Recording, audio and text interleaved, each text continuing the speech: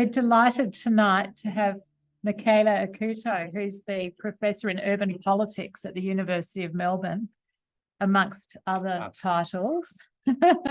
So I'd like to hand over to Michele tonight, and thank you very much. We're really interested in hearing from you. We'll have questions afterwards. Sure. Thanks for letting me crash the AGM. Yeah, a couple know me, a couple have, sorry, Bill, if you've heard this, 27 times before. Some people in the audience might have supervised me. No, but Melbourne is a very persuasive thing. So I'll tell you about that without joking, because I think there's something in there, but I really like the idea of the Petri dish. A bit unscripted, and sorry, I'm coming for like other two of these, which is a good sign. I think sort of federal government and the foreign policy machinery has paid more attention to cities. For those that I don't know, I, amongst other things, because we like to do like 6 different jobs at the University of Melbourne, but the main job I do is directing a sort of a campus-wide center called the Melbourne Centre for Cities. We put Melbourne in front of everything because we do like that, apparently. The Melbourne Centre for Cities sits across Faculty of Arts, where political sciences, but also architecture, science, where natural sciences sit, and laws. And I guess the reason why I say that is we're a creature of the university and of the city. So the Lord Mayor supports a professorial chair and a whole program with us. And the main thing we do is working with local governments and cities or urban issues. And I guess I'll get to that because I think this is potentially the most interesting bit for this conversation. But on their international dimension, which is a bit of a niche. There's not tons of places that do it around the world. And I guess it's our mission. And when I say our Centre for Cities is about 35 staff and faculty, and we cover a very, very broad swathe of things, from climate to migration to culture to biodiversity and the biodiversity crisis and so forth. I guess the point being, our mission is try to make ourselves a little redundant, and there's very, very limited capacity out there for cities or for states to engage with each other. So I guess that's what we do predominantly. My background is in politics and IR. I studied law. I studied politics and IR here at the ANU. I worked at the World Bank. So I guess sort of that's where I'm coming from at it. So a little less of I guess, an architectural story than it is a story of politics. So I wanted to just throw you a few numbers, actually, and just to get the conversation going on why should you care about cities and city diplomacy particularly. And city diplomacy, we're simply just touching one of the few audiences, definitely today, considering that I was not at DFAT, which is our regular customer, so I was in two different departments of the Commonwealth government. But city diplomacy, just attach city in front of what you know very well as diplomacy.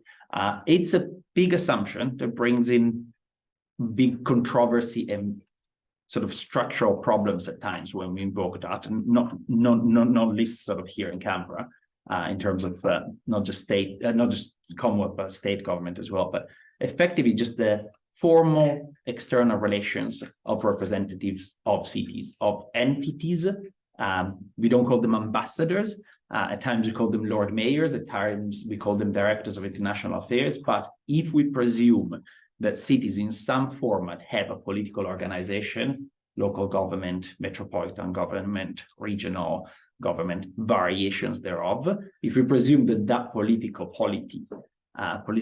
community is organized, then in theory, and I guess that's where I'm trying to convince you of, then they should be able of some diplomatic relations and activities. They should be able to have representatives out there that represent the interests of that polity. Now, it gets complicated because the city is in the casing of the state legally, in most cases, very few city-states. And it gets complicated because at times the city does stuff outside of the casing of the state without asking for permission to the state. And it gets more complicated because there are many, many, many contexts around the world where the polity that elects the person in charge or that appoints the person in charge of that city is not necessarily a national polity. Simple example, the Greater London Authority Assembly and Mayor are elected by residents, not UK citizens of the city of the Greater London reality. The City of London is elected by companies that reside within the central city of London. So you see the complication there, I guess. So what I thought I'd do, if and whether we agree on that or not, I'll throw you 3 or 4 simple facts and see sort of what reactions we get.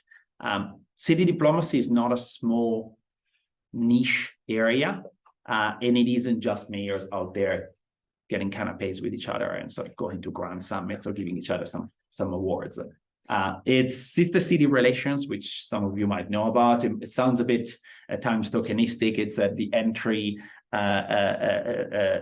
panels at the front of cities and so on. What does it mean that Canberra is a sister city with Beijing? But some twinnings are really, really powerful and effective, and they do a lot of things bilaterally. It's trilateral relations, which is even more complicated, so the tri-state and coalitions of cities. It's a bigger version of that. City networks, organized, formalized coalitions of cities that operate internationally. Now, there's more than 300 of those formally. They cover all kinds of things again. It isn't just a climate story. They even cover peace building. They even cover complex peace building, like the Association of Dutch Municipalities brokering and working on peace building between Palestine and Israel. So we're not talking about sort of easy international issues, if there is such a thing. We're talking about, again, pretty complex things. And it isn't a big city story only, because the typical critique of all this is, oh, sure, fine, but you're talking about Melbourne, you're talking about London, you're talking about New York.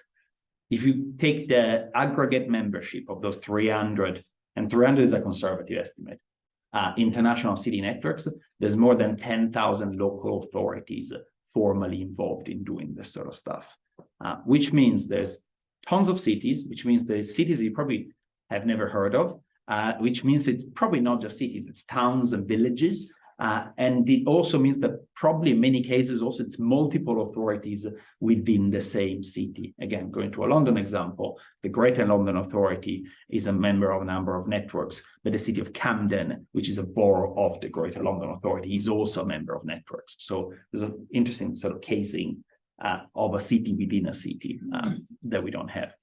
And they do tons of stuff, but they do really tangible policy stuff. 60%, more than 60% of those networks collect data and share data, produce reports, produce benchmarks, and so on. So there's a lot of circulation of information. 30% of those networks produce joint policies. These are super tangible international law things, fundamentally, international legal things like joint procurement between cities in different countries to buy buses and so forth. I've been involved in a couple of the Transport for London's versus Uber cases. Again, if you think about that isn't a small affair. It's a very large multinational that has to deal with a very small, technically, at least structurally, local government entity, but that was handled by a relationship as well that London had with other cities and getting advice. How did they handle that in San Francisco? How is Paris responding to that? Right. So they do, I guess, sort of familiar international things, hopefully. Similarly, they're not completely unrecognized. This is not just, okay, it's a whole bunch of city people saying, hey, you should care, but the machinery of international affairs doesn't care. We did a piece of work for the UN Deputy Secretary General, just a bit of a stock take on where do cities appear in formal, legal, international frameworks of the United Nations. As of, if you take sort of currently active international frameworks, these are things like the Paris Agreement on Climate Change, the UN Sendai Convention on Disaster Risk Reduction. If you take all those things, there's at least 33 disputable, at least 32 formal frameworks of the United Nations that recognize cities. There's at least 1,250 formal mention in UN treaties and frameworks that acknowledge cities. And I guess the most important bit there, and it sounds, I don't want to get too much into the legalities of it, but one thing is saying this is a big issue in urban areas. You're just acknowledging the city as a place. But 43% of these formal acknowledgements in UN frameworks ascribe agency and power to cities. They treat them as actors. Now, going down that path, if we want to do the legal thing, we could argue there's a nascent international personality, and it has been argued by jurists better than I would be, that there is a nascent international personality for cities. That is problematic because at times, for instance, cities go and strike a deal with another country.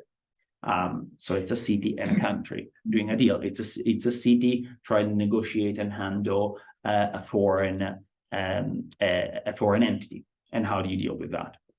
But I guess the bottom line there is it isn't a whole lot of activity that happens outside of the machinery of international relations, the core of international relations, if we still believe that the United Nations have a role in international relations. It is formally recognized and it's right there in the middle. And in fact, at times, cities and coalitions of cities are sort of some of the most vocal, progressive, proactive bits. Number of us, quite a lot of us, have been involved in sort of the push by cities for a better climate deal. Could you say? I will say that again.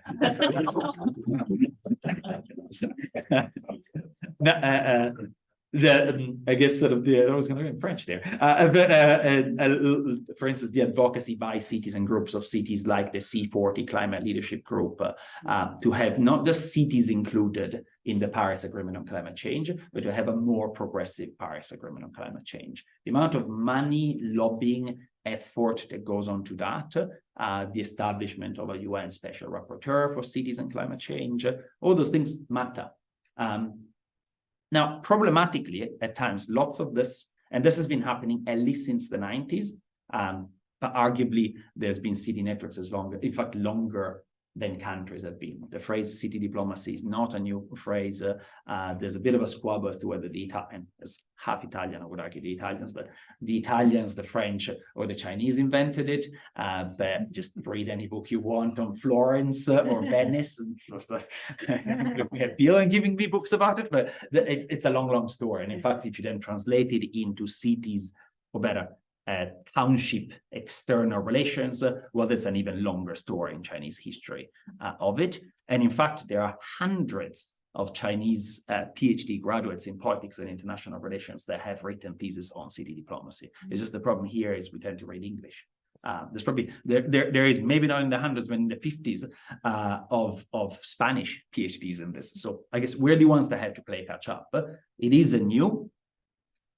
It might be though controversial insofar as the 2000 onwards, cities have put a bit of I guess, the pedal on what they're doing internationally, foot to the pedal on what they do internationally, and often a criticism of the state. Cities versus states. There's always a debate on who coined the phrase cities act, states talk. In climate change, Bloomberg, as a mayor of New York, claims it. David Miller, as former mayor of Toronto, claim it. Doesn't quite matter, but I guess the point there being, for a good decade at least, lots of movements by cities in many areas, climate, migration, especially migrations of refugees, development, disaster risk reduction, fundamentally started with, we're sitting here, we're facing the problems head on. If you live in Melbourne, on the outskirts of Melbourne, as I did, you're facing literally the fires head on. Cities bear the brunt of the biggest challenges. Oftentimes we have to deal with as a city. The city of Melbourne was the first respondent in providing legal advice and food stamps for not refugees only, but students stranded because of their visa status during the pandemic. So we bear the brunt of the crisis. The state is not doing anything. You know what? We're going to step in and do it ourselves. Right. One of the best examples of city diplomacy, the C40 Climate Leadership Group, was called C40, and sort of I was quite involved at the beginning of that story, as a mockery it was originally called the C20, as a mockery of the G20, saying, look at the G20, just sit there, they pontificate, we can do a G20 of cities, hence C20, and we can do a much better job at it. Right. So I guess keep it in mind, because that has been a controversial issue, because it has pitted cities versus states, mayors versus heads of states. This is not the case everywhere. Again, there's many countries, and China, again, is a good example, but Denmark is another one, where states have worked with cities and leveraged cities as a part of their foreign policy. Definitely not Australia. But I guess the bottom line there being, it has been adversarial and cities have not gone at it alone. There's very few cities that do all of this by themselves. So of the multilateral engagements of cities, we run a regular survey of about 202 cities internationally. 88% of cities internationally engage multilaterally through organized groups like city networks. So 88% of mayors rely on peer groups and the function that the secretariat of these peer groups play to access the international system, which is why things like C40 become so important and so powerful. Now, before I give you the last two bits of facts, the important fact there is it is proven, data at hand, and we do a very regular survey in a few different areas for a few different networks, that the more cities collaborate, the more capacity they have to deliver. Insofar as if you take any area of climate action, apart from, and we're still baffled by this, outdoor lighting, but if you waste management, if you cover transport, ICT and digital innovation and apps for public things in cities and so on, all of those areas, cities typically deliver more than they actually have power to do. Cities typically do much more than that when they collaborate. The only other factor that gives more capacity to cities than the one that they have is legislative power, which almost a handful of cities basically internationally really have vis-a-vis their country. The point being, the more cities collaborate, the more effective they become in tackling things. Just simply proven and at hand. Downside of that, the engagement with countries, and I guess sort of that was the interest as well, sort of chatting to an audience like this, is fundamentally the sprawl of this all international city activity that has led to really amazing things in climate, really amazing parts of the global compact for migration or for refugees and so on, has acted a bit independently from the state. We very rarely, lots of urbanists do not talk about the state. The state, that means of the central state, that at times extends to the actual federated state as well. So point being, we've hollowed out a bit of the story from states, which is quite concerning because 53% of city networks globally is national in scope. There are countries, Italy is an example, France is an example, where legally, if you are a city or a town, you are legally part of the national network. But there are also international networks. WHO is an example, so World Health Organization, where a multilateral program has been delivered by domestic networks set up by that multilateral organization. So WHO Healthy Cities as a program, then has Healthy Cities Italy, Healthy Cities Spain, Healthy Cities Ireland, and so forth. So it is the multilateral also that has played the national game.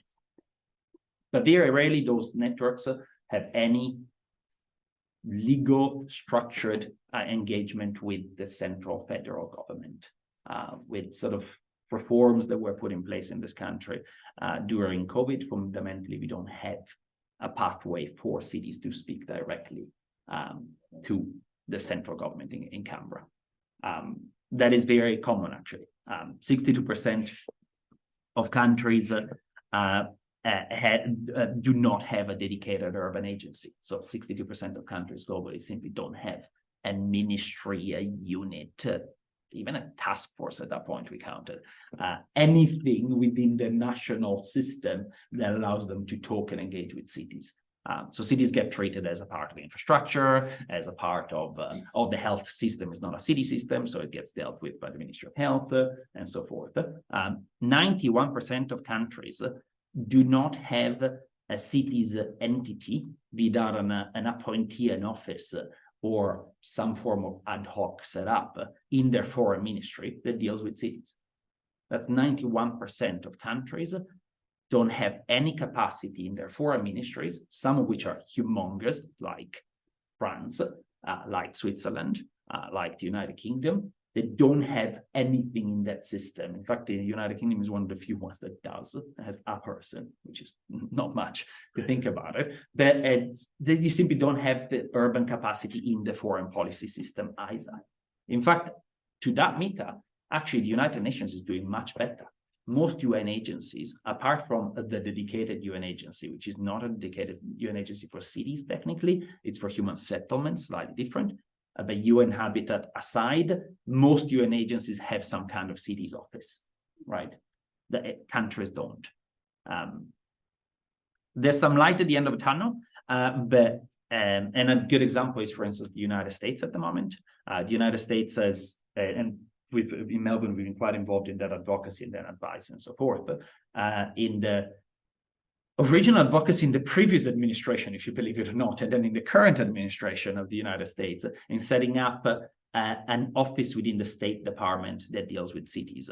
That has worked. There's a special representative for subnational diplomacy, an office for city and state diplomacy. Nina Chigan, who was the former deputy mayor of Los Angeles, but more importantly, a former ambassador, and there's many stories like that. Of former ambassadors that run international affairs in cities. So don't dismiss the city. Oh yeah, but it's run by a planner. Well, it's not run by a planner. Montreal's engagement on climate action, on migration action and refugee action was run by one of the most esteemed diplomats that Canada has produced in the last 20 years, right? Or 30 years probably, Marie-Paul Normandin. So I guess the point being, very, very little capacity like that. We don't have examples like the US. We've advocated here repeatedly for DFAT to simply just have a contact point within DFAT itself. And some countries are far ahead. So for instance, again, China, India, they have sort of structural parts of the country that does that. So I guess to wrap it up with that, and I thought I'd sort of give you one tangible example of how we trying to redress that to wrap it up. But the key issues are city diplomacy is very widespread, not new, clearly recognized in the UN system and clearly recognized in the international context. It isn't just a climate story. It's a pretty wide story that touches on very sensitive things like refugees, national security, and so forth. It is done effectively by cities in many, many cases, not just by one city, by all kinds of cities and local entities. But is tremendously lacking capacity, training, and formal setup.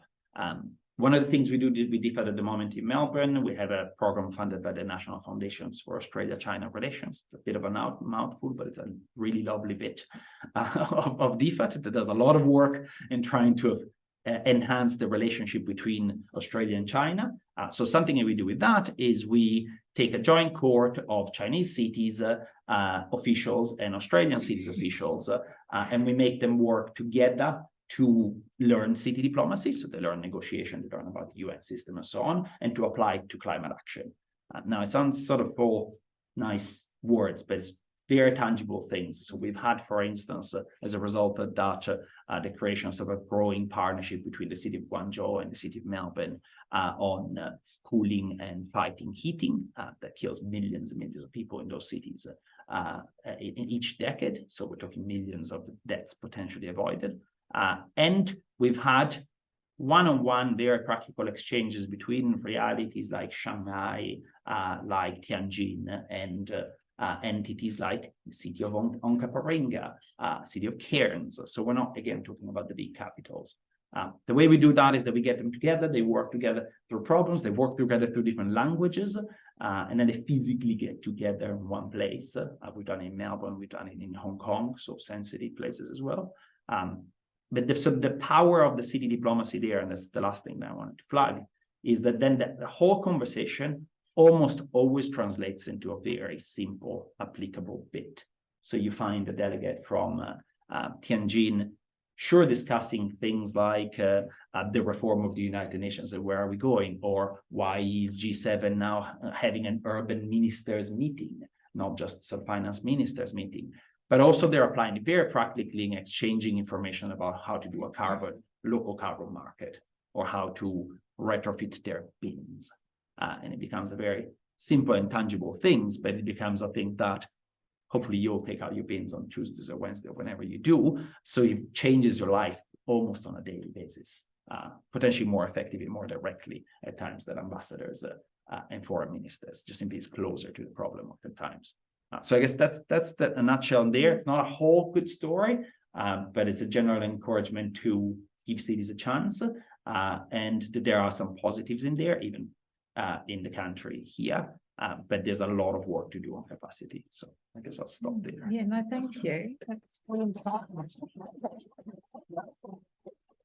so just to kick off the questions, I was just going to ask, what international fora do you think cities could actually get involved in that they're not involved in already? You know, disaster mitigation comes to mind. Brisbane City Council actually coordinated the flood strategy, ADF coordination, federal, state. It was done by local government. So are there any international fora where they need to be represented? They aren't now, you know, even things like the COP meetings or any of the meetings in the Asia Pacific, you know, ASEAN or APEC or... No, so I'd turn it into its head. The question is represented versus present. I'd argue there's almost no international forum internationally that does not have engagement of cities, including ASEAN and the ASEAN general meetings.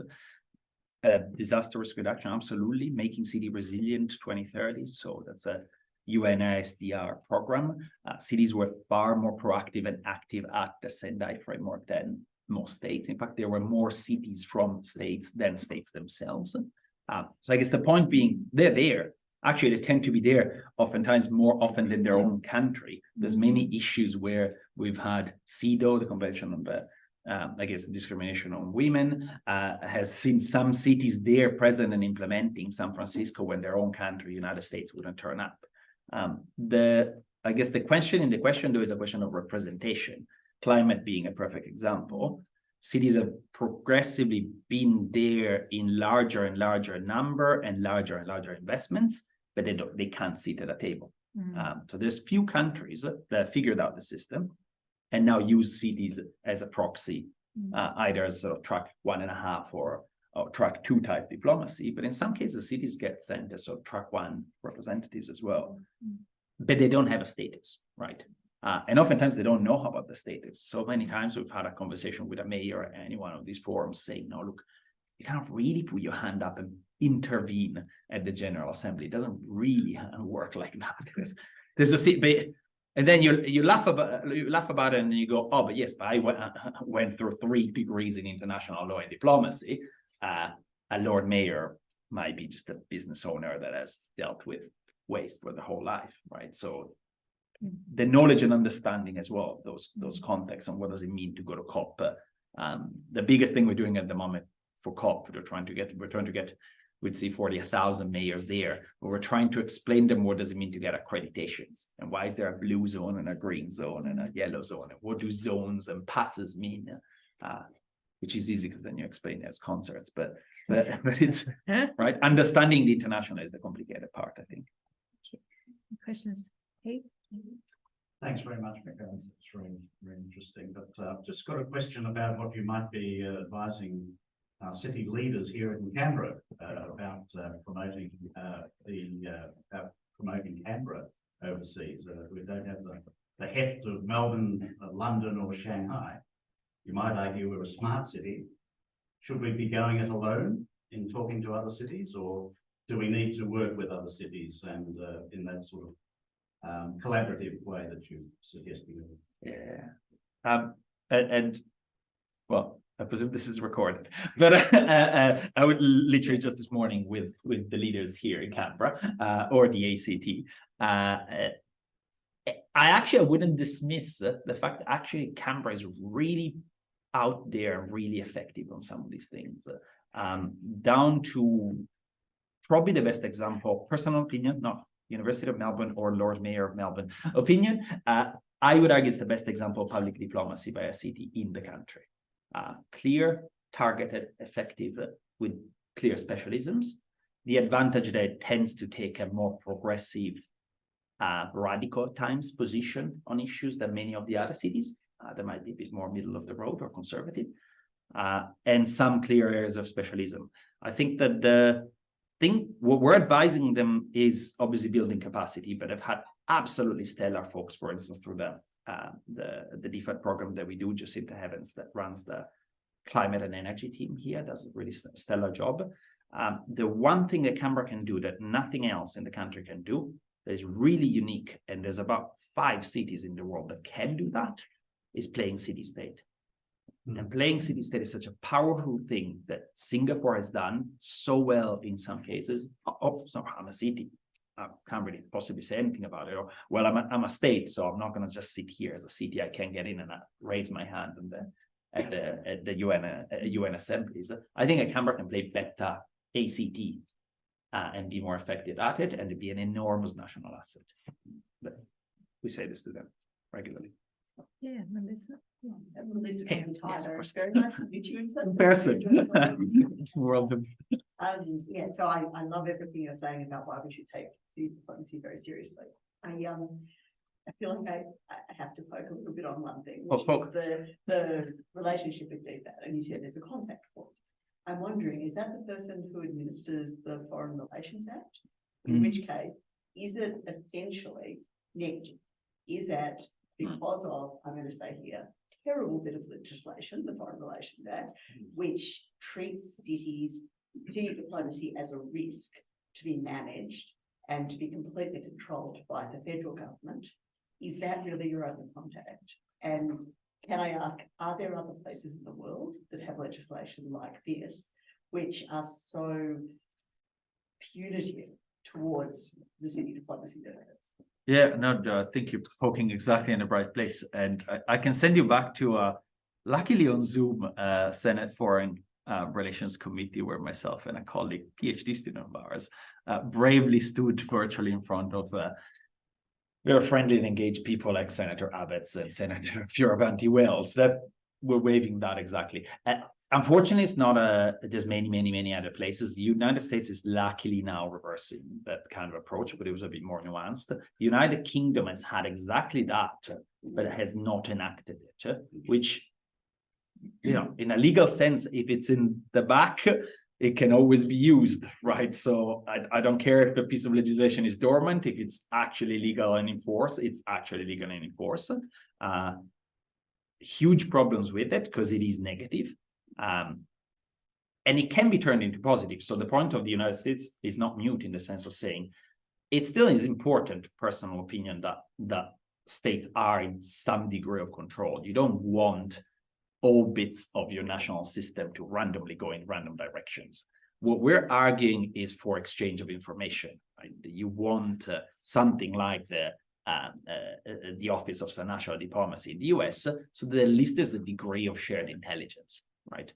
And at least there's a degree of, so the vast majority of cities around the world, more than 70%, have only ad hoc engagement with their countries. And oftentimes they Google that, right? They don't know they can access an embassy. They have trade missions. The city of Melbourne has a mission in Beijing, is quite good at work with consulates and embassies, but oftentimes it's a unique case. So I think it goes both ways. That we also don't create, there are directors of international affairs here and there, and some of them are good, but oftentimes just simply isn't the capacity at the city level as well. It could happen in a context like India, where we have tens of thousands of municipalities. It should not happen in a country that has 537 local governments, right? Should not happen in a country that has 8 capitals. Yeah, Paul. Thank you. I was going to ask, I mean, there have been many attempts at reform in Victoria and New South Wales at amalgamating local government areas. And of course, Brisbane City Council is a classic example where there's one city council for the whole city. But that's not true in Melbourne or Sydney, which have many councils. So it must dilute the authority of both the Lord Mayor of Melbourne, who is really only representing a fairly small population base in Melbourne, as a greater area. So what would you say about amalgamation prospects, given that, in New South Wales, the government got turfed out over that particular attempt? Yeah, I think we know with the caveat that there are some entities that might be small but particularly powerful because of symbolic or financial reasons, right? So that the power of the city of Sydney and the power of the city of Melbourne shouldn't be discounted. I'm a fan of the Brisbane model. I'm a fan of the metropolitan model. And in fact, the Greater London Authority model is as good as it gets, I think, in the sense it has a metropolitan entity, but then it still gives the borough capacity and voice. And the two things tend to work together. I thought we had seen the light. Personally, I'm sort of very open about that. When New South Wales did the Greater Sydney Commission, which could work in the same way, and it had a connection to the state. And then so we backtracked and created the Greater Cities Commission. So I think that's tangible. You don't need to devolve and amalgamate Brisbane or Auckland style. You can retain the local government level, but you need to have some regional metropolitan coordination. And if you don't, then the concern is probably not for the city of Melbourne per se, it's for the ones that sit around it, right? Then internationally, without detracting from Randwick or Port Phillip, they don't wield the same symbolic power internationally, for instance. So diplomatically, it's a problem, it's a structural problem. So I think I'm more of a fan of metropolitan coordination than amalgamation, because then it creates sort of a funny relationship there. Would you take a question from your former supervisor? I mean, any day, any day, bring it up.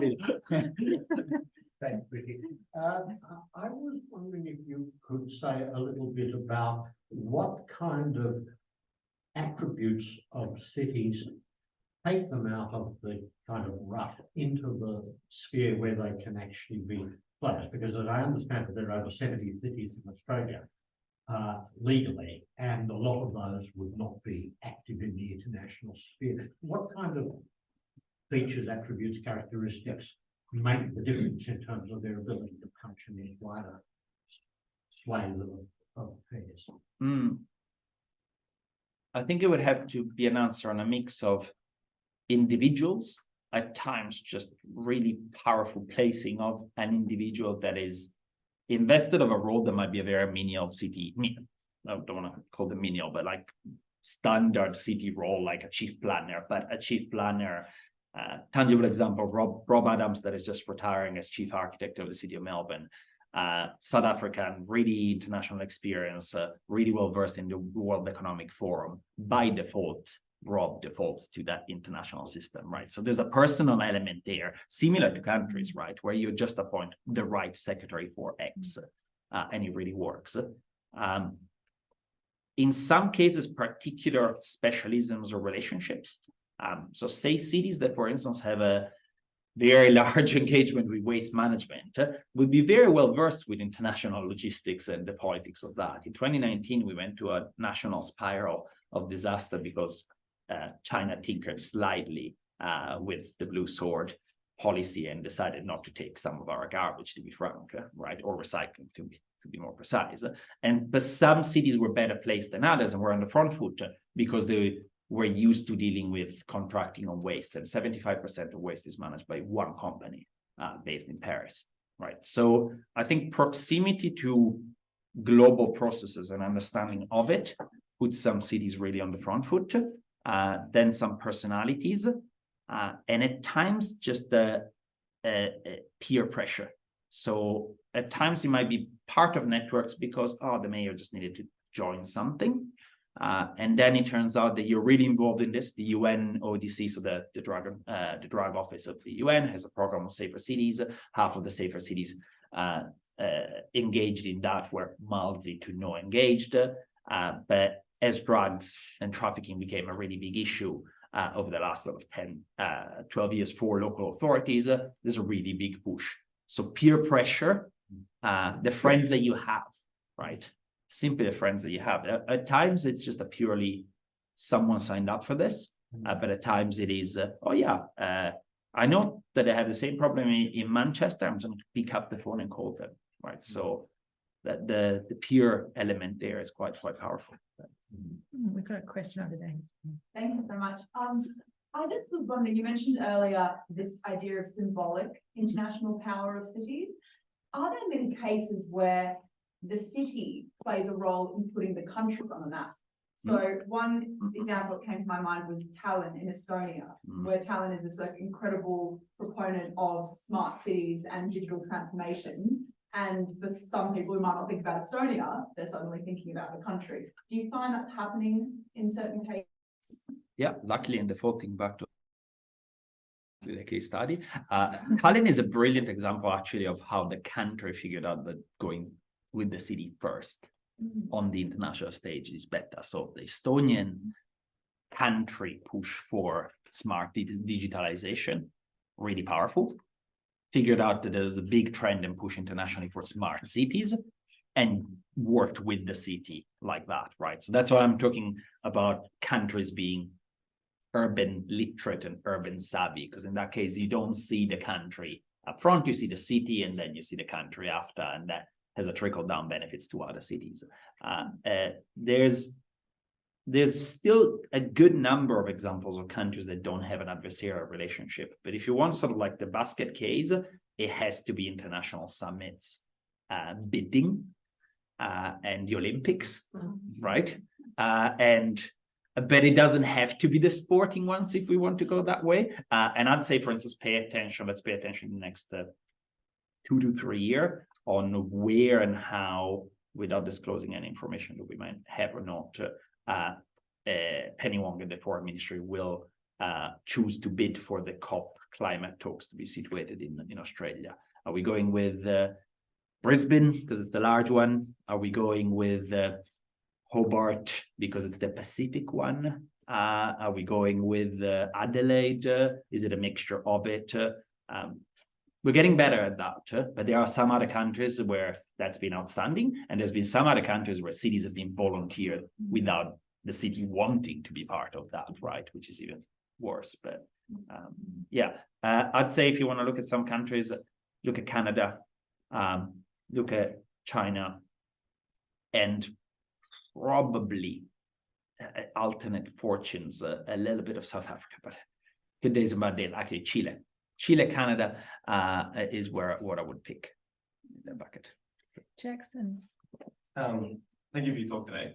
Earlier you mentioned that there was no real mechanism for cities to communicate with the central government, but you also mentioned how cities, when they do collaborate with other cities, are highly effective in delivering solutions to various issues. I'm wondering, how do cities perceive what actions are both possible and appropriate in solving the various issues that they do face? How do they formulate that policy?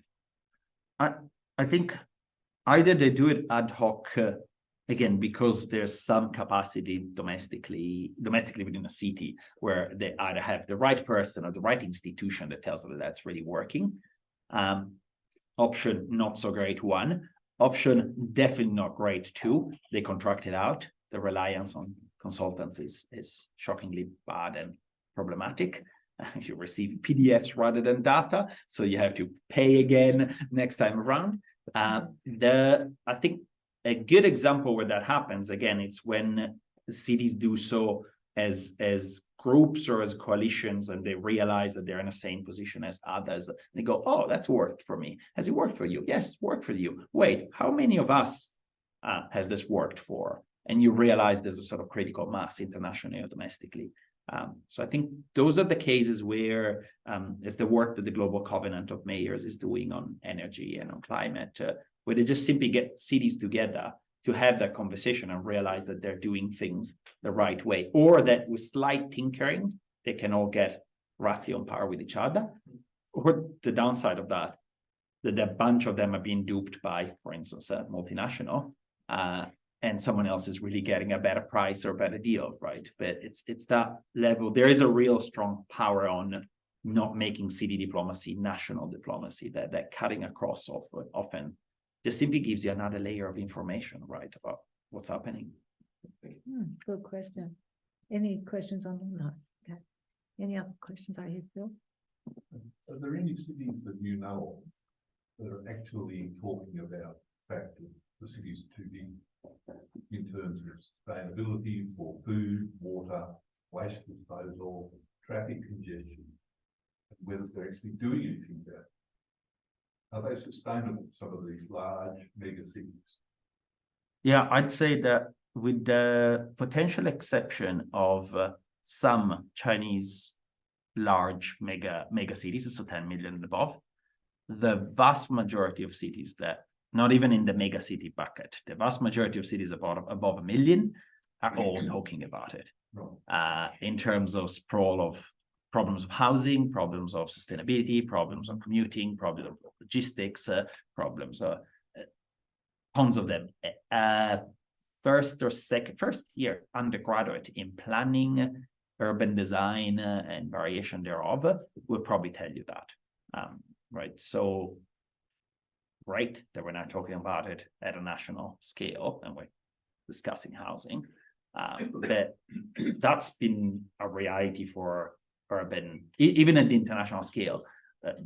UNHabit has had a housing and I guess anti-sprawl to some degree program for like decades.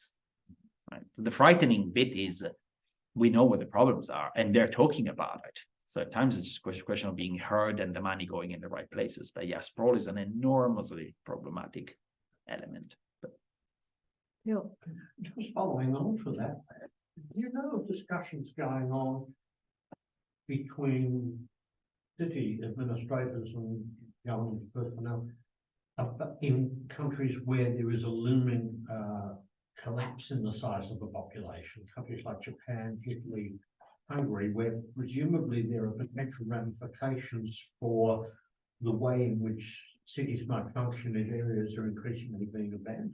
Yeah, and I think you answered yourself there with Japan or Germany as an example.